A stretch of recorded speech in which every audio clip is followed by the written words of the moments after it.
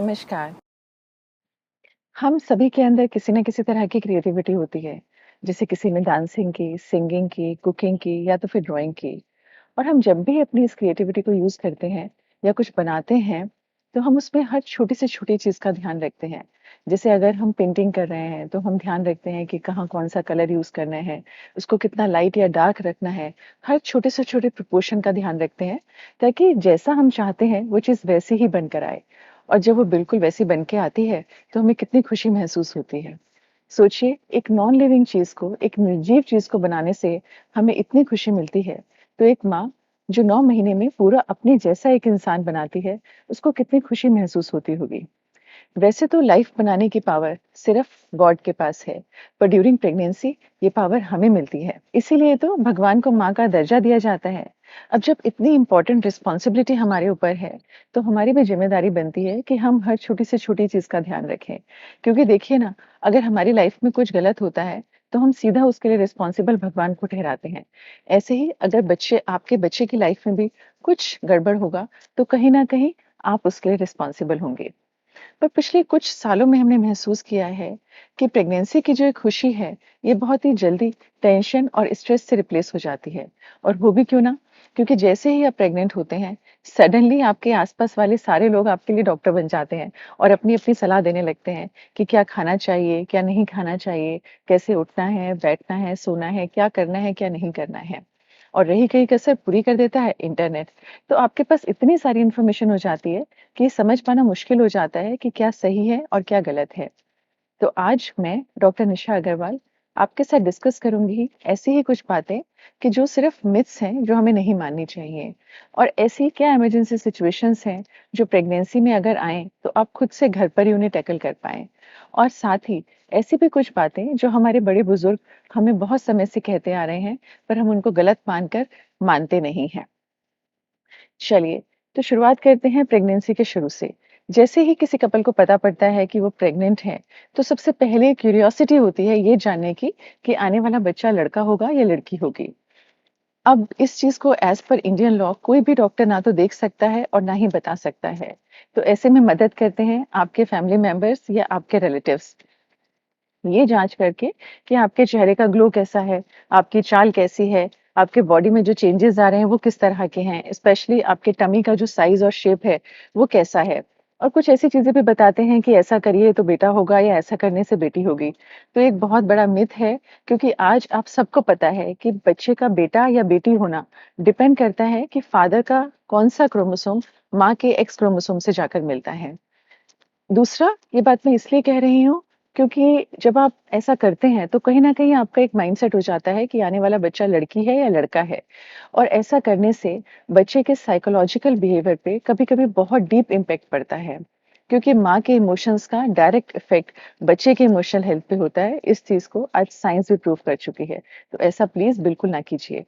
दूसरी चीज़ आती है बच्चे के कलर को लेकर कि बच्चे को गोरा कैसे किया जाए या बच्चे का डार्क कलर कैसे हो। तो आप सारी सफ़ेद चीज़ें खाना शुरू कर देते हैं, जैसे गोला है या सफ़ेद रसगुल्ले हैं। और काली चीज़ें जैसे कॉफ़ी या चाय अगर आप लेंगे तो बच्चे का रंग काला होगा। ये भी एक प्योर मिथ है, क्योंकि बच्चे का कलर डिपेंड करता है माँ और फादर के जो कलर के जीन्स हैं, जब वो कंबाइन करके जो जीन बनाते हैं, उसके ऊपर डिपेंड करता है। तो प्लीज़ ऐसा कुछ भी करने से आप बच्चे के कलर को चेंज नहीं कर सकते हैं। एक चीज़ जो आप सबको पता है, वो ये कि प्रेगनेंसी के दौरान आपको किसी भी तरह का रेडिएशन एक्सपोज़र नहीं होना चाहिए, जैसे कि एक्स-रे वगैरह नहीं कराना चाहिए। पर यहाँ आप इसको कोरिलेट कर लेते हैं अल्ट्रासाउंड के साथ। इस वजह से जब डॉक्टर आपको शुरुआती दिनों में अल्ट्रासाउंड एडवाइस कराते करते हैं, तो आप वो अल्ट्रासाउंड नहीं कराते और सोचते हैं कि अभी तो प्रेगनेंसी 15-20 दिन की ही है, अभी से डॉक्टर क्यों अल्ट्रासाउंड के लिए एडवाइस कर रहे हैं। जबकि शुरू के दिनों का जो अल्ट्रासाउंड होता है, जो हम किसी भी प्रेग्नेंट लेडी को 1.5 महीने पे या 6 वीक्स पे एडवाइस करते हैं, वो बहुत ही इम्पोर्टेंट अल्ट्रासाउंड है। उससे हमें बहुत सारी चीज़ें पता पड़ती हैं, जैसे कि हम ये जान सकते हैं कि आपकी प्रेगनेंसी आपकी डेट के हिसाब से चल रही है नहीं, ताकि हम आपकी सही डिलीवरी की डेट डिसाइड कर पाएँ। इसके अलावा अगर किसी तरह की प्रॉब्लम है, जिससे कि आपको अबॉर्शन हो सकता है, तो हम उसे सही टाइम पे पकड़ कर और सही ट्रीटमेंट शुरू कर सकते हैं। हाँ, अगर आपको रेडिएशन की ही बात करनी है, तो सबसे ज़्यादा रेडिएशन आती है आपके सेल फ़ोन से, आपके मोबाइल फ़ोन से, तो उसके यूज़ को लिमिट कीजिए, ना कि अल्ट्रासाउंड से, क्योंकि अल्ट्रासाउंड से कोई रेडिएशन नहीं आती और ये माँ और बच्चे दोनों के लिए बिल्कुल सेफ़ है।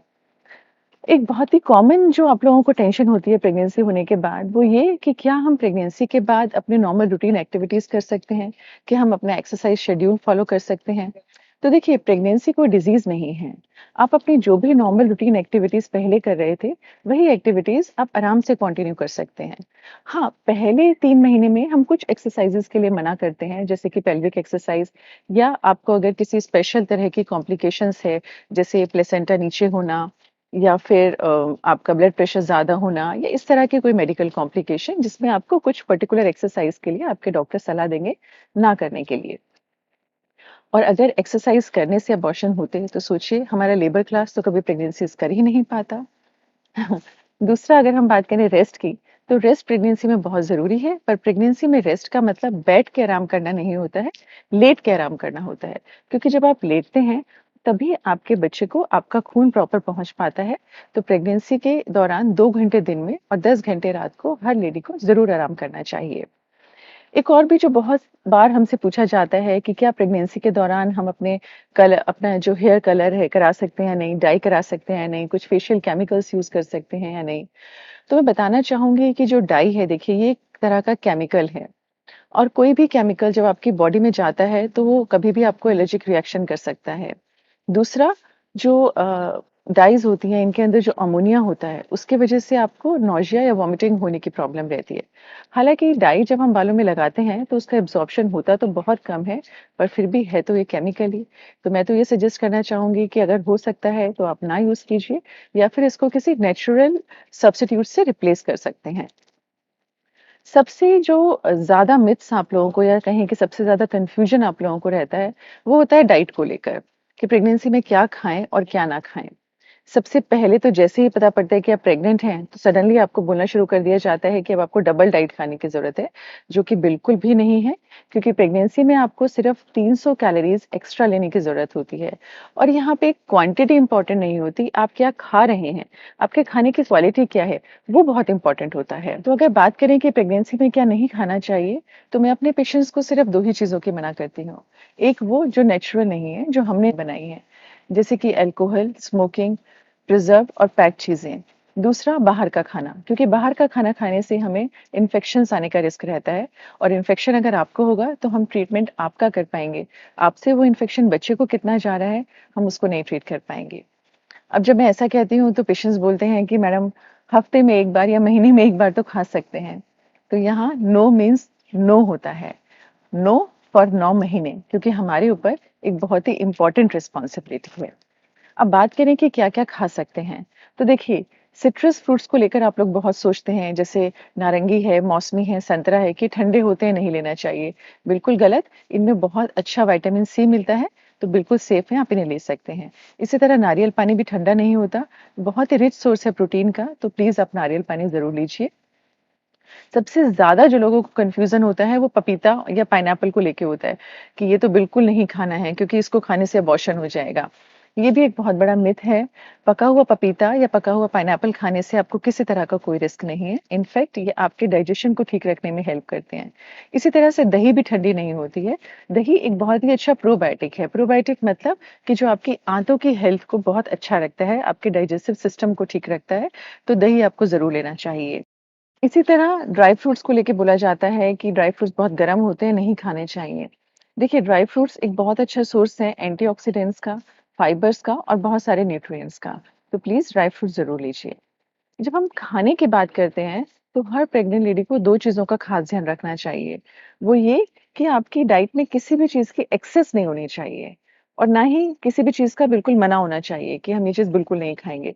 ऐसा करने से आप अपनी डाइट को संतुलित रख सकते हैं।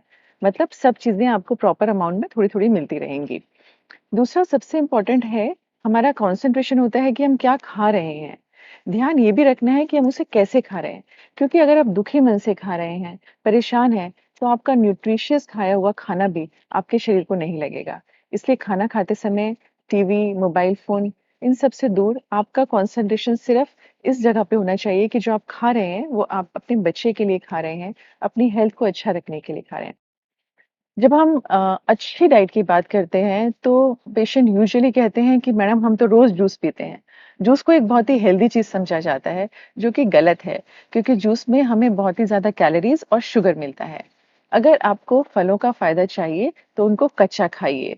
कच्चे फल अगर आप धोकर, छीलकर साफ तरह से खा रहे हैं, तो वो बिल्कुल सेफ हैं, आप बिल्कुल ले सकते हैं। इसी तरह से जैसे-जैसे प्रेगनेंसी बढ़ती है और आपका डिलीवरी का टाइम नज़दीक आता है, तो आपको बोला जाता है कि कैस्टर ऑयल लीजिए। देखिए, जो कैस्टर ऑयल है, वो एक तरह का इरिटेंट होता है आपके इंटेस्टाइन, आपकी आंतों के लिए, तो इससे आपको लूज़ मोशन लगने का रिस्क लगता है। पहले के टाइम पे सोचा जाता था कि अगर आंतें साफ़ होती हैं, तो बच्चे को नीचे उतरने में मदद मिलती है। तो अगर आपको लगता है कि आपको कॉन्स्टिपेशन की प्रॉब्लम है या कब्ज़ की शिकायत है, तो अपने डॉक्टर से सलाह लीजिए, वो डेफ़िनिटली आपको लैक्सेटिव और आपके लिए जो सही दवा है, वो आपको सजेस्ट करेंगे। ये तो जो हमने बातें की, ये सब थी आपके फिज़िकल डाइट से रिलेटेड, क्योंकि ये चीज़ हम सब लोग अच्छी तरह समझ चुके हैं कि माँ के खाने से बच्चे की जो फिज़िकल हेल्थ है, वो डायरेक्टली डिपेंडेंट होती है। जितना आप अच्छा खाएँगे, उतना ही अच्छा आपका बच्चा होगा फिज़िकली। पर यहाँ हम रोबोट्स नहीं बना रहे हैं, हम ह्यूमन बीइंग्स बना रहे हैं।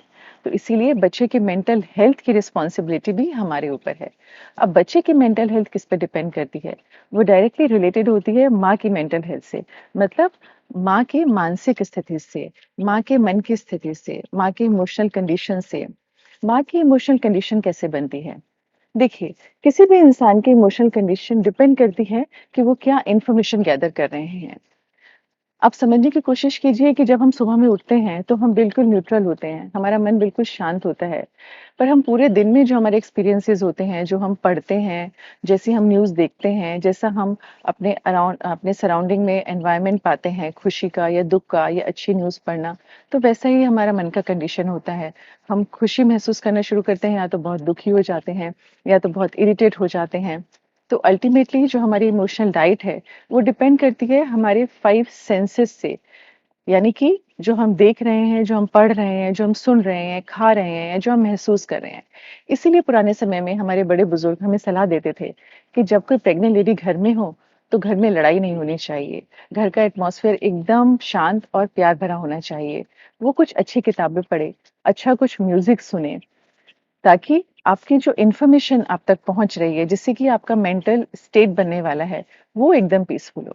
क्योंकि अगर आपका मेंटल स्टेट हेल्दी होगा, तो डेफ़िनेटली आपके बच्चे की मन की स्थिति भी उतनी ही अच्छी बनेगी। और अगर आप चाहते हैं कि प्रेगनेंसी के दौरान आपको किसी तरह की कोई दिक्कत नहीं हो, तो एक बहुत ही छोटा-सा और सिंपल सा टिप है, या यूँ कहिए कि एक रामबाण है। वो ये कि आप प्रेगनेंसी के टाइम पे इन 9 महीने सिर्फ और सिर्फ खुश रहने की कोशिश कीजिए।